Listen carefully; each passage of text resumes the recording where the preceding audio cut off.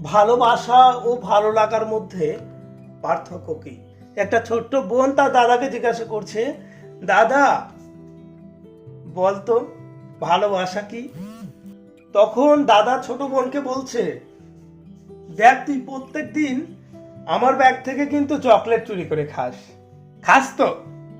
কিন্তু আমি কিন্তু জানি তুই আমার ব্যাগ থেকে চকলেট চুরি করে খাস, কিন্তু তার সত্ত্বেও আমি কিন্তু ওই ব্যাগেই চকলেট রাখি। এটাই ভালোবাসা, আসলে আর কিচ্ছু নয়, এটাই ভালোবাসা। তুই চকলেট চুরি করে খাস জেনেও আমি সেই ব্যাগেই চকলেট রাখি। ভালোবাসা অসীম অনন্ত। ভালোবাসাকে কখনো কোনো সংজ্ঞা দিয়ে, কোনো অর্থ দিয়ে বিবেচনা করা যায় না। কাজী নজরুল ইসলাম বলেছেন যে ভালোবাসা হচ্ছে, যে ভালোবাসা সত্যিকারের ভালোবাসা, সেই ভালোবাসা হবে অনন্ত অসীম, সমস্ত ধরা ছোঁয়ার বাইরে, যাকে চার দেওয়ালের মাঝেও আটকে রাখা যায় না, যাকে একটা নির্দিষ্ট সীমানাতেও আটকে রাখা যায় না। কোনো শারীরিক চাহিদা, মানসিক চাহিদা তার মধ্যে পোষণ করতে পারে না।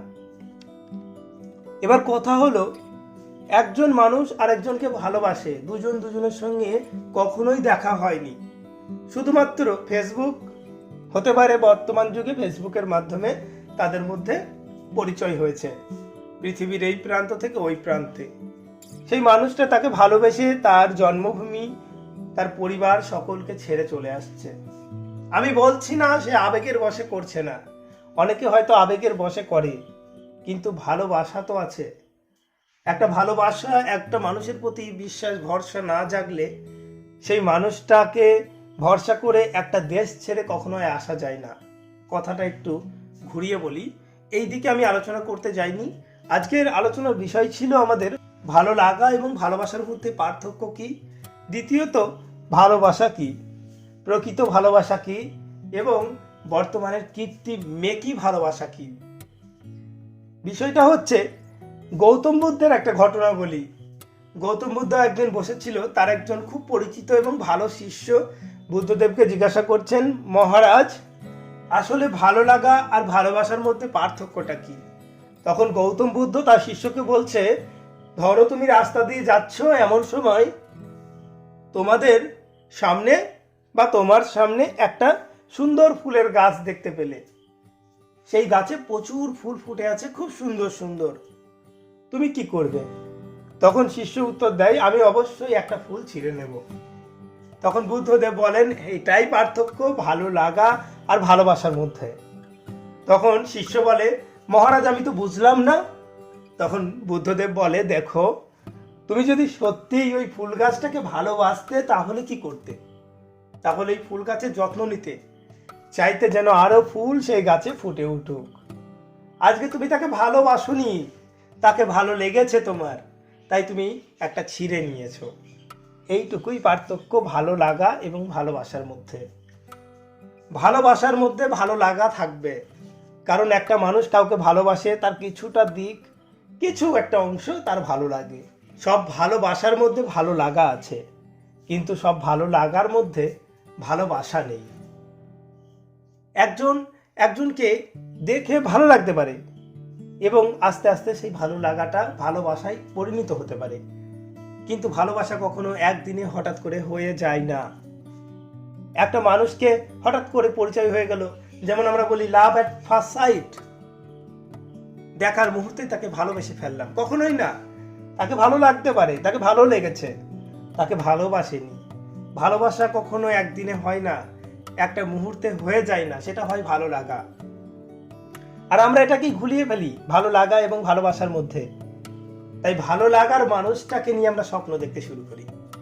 আমাদের কখনো ভালো লাগার মানুষটাকে নিয়ে স্বপ্ন দেখা উচিত নয়। আমাদেরকে স্বপ্ন দেখতে হলে ভালোবাসার মানুষটাকে নিয়ে স্বপ্ন দেখতে হবে। এবার ভালো লাগার মানুষটাকে ভালোবাসার মানুষ কিভাবে তৈরি করব, সেটাই হচ্ছে আলোচনার বিষয়। তাই ভিডিওটি স্কিপ করবেন না, আগে শুনুন। ঘটনা হচ্ছে, আমি একজনকে দেখলাম রাস্তার পাশে, আমার ভালো লেগে গেল। তার কিছু একটা দিক, তার একটু কথা বা তার চেহারা বা তার গালের টোল দেখেই হয়তো আমার ভালো লাগলো, কিংবা তার কোঁকড়ানো চুল। এবার যখন আমার ভালো লাগলো, তাকে আমাকে প্রপোজ করতে হবে, মানে আমার মনের কথাটা তাকে জানাতে হবে।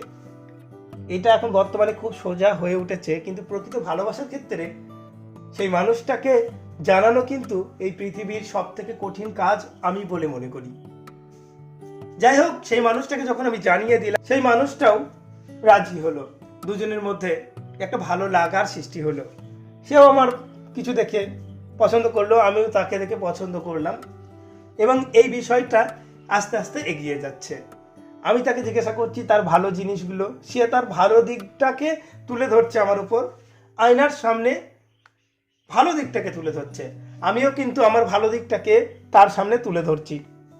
এইরকমভাবে কিছু সময় কাটে যায়। কিছু সময় কাটতে কাটতে তার কিছু জিনিস আমার ভালো লাগে, আমারও কিছু জিনিস তার ভালো লাগে।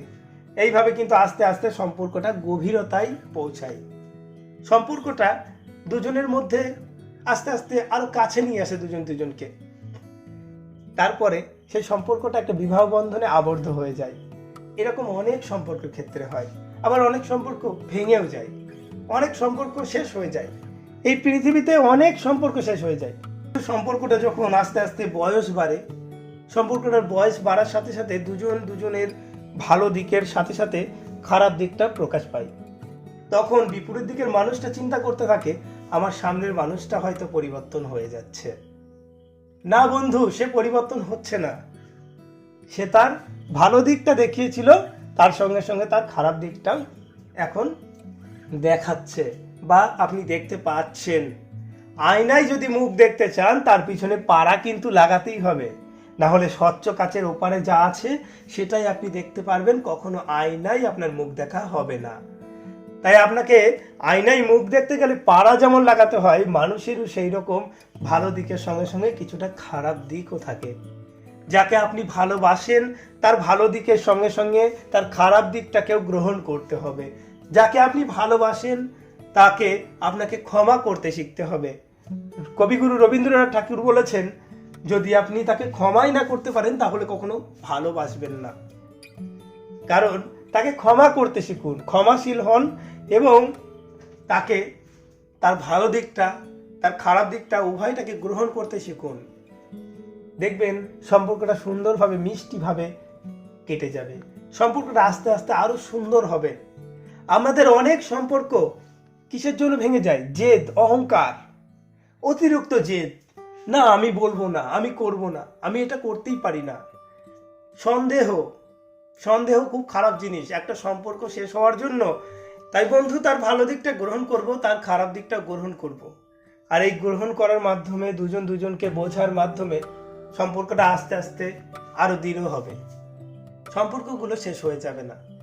বর্তমানে সম্পর্কগুলো যে বিষয়টা নিয়ে কথা বলছিলাম, এটা হচ্ছে আমাদের অতিরিক্ত জেদ, অতিরিক্ত অহংকার, সন্দেহ, এইসবের জন্য আমাদের সম্পর্কগুলো কিন্তু শেষ হয়ে যাচ্ছে।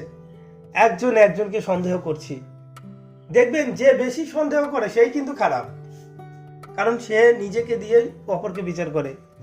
একটা মেয়ে একটা ছেলের মধ্যে সম্পর্ক সৃষ্টি হয়েছে, এবার মেয়েটা বা ছেলেটা যে কোনো একজন অন্যজনের সঙ্গে রিলেশন রাখছে, তার মাঝে সে কিন্তু অপরজনকে, সে নিজে রাখছে কিন্তু অপরজনকে বারবার খোঁচাতে থাকবে, বারবার সন্দেহ করতে থাকবে, সে আমার মতো করছে না তো।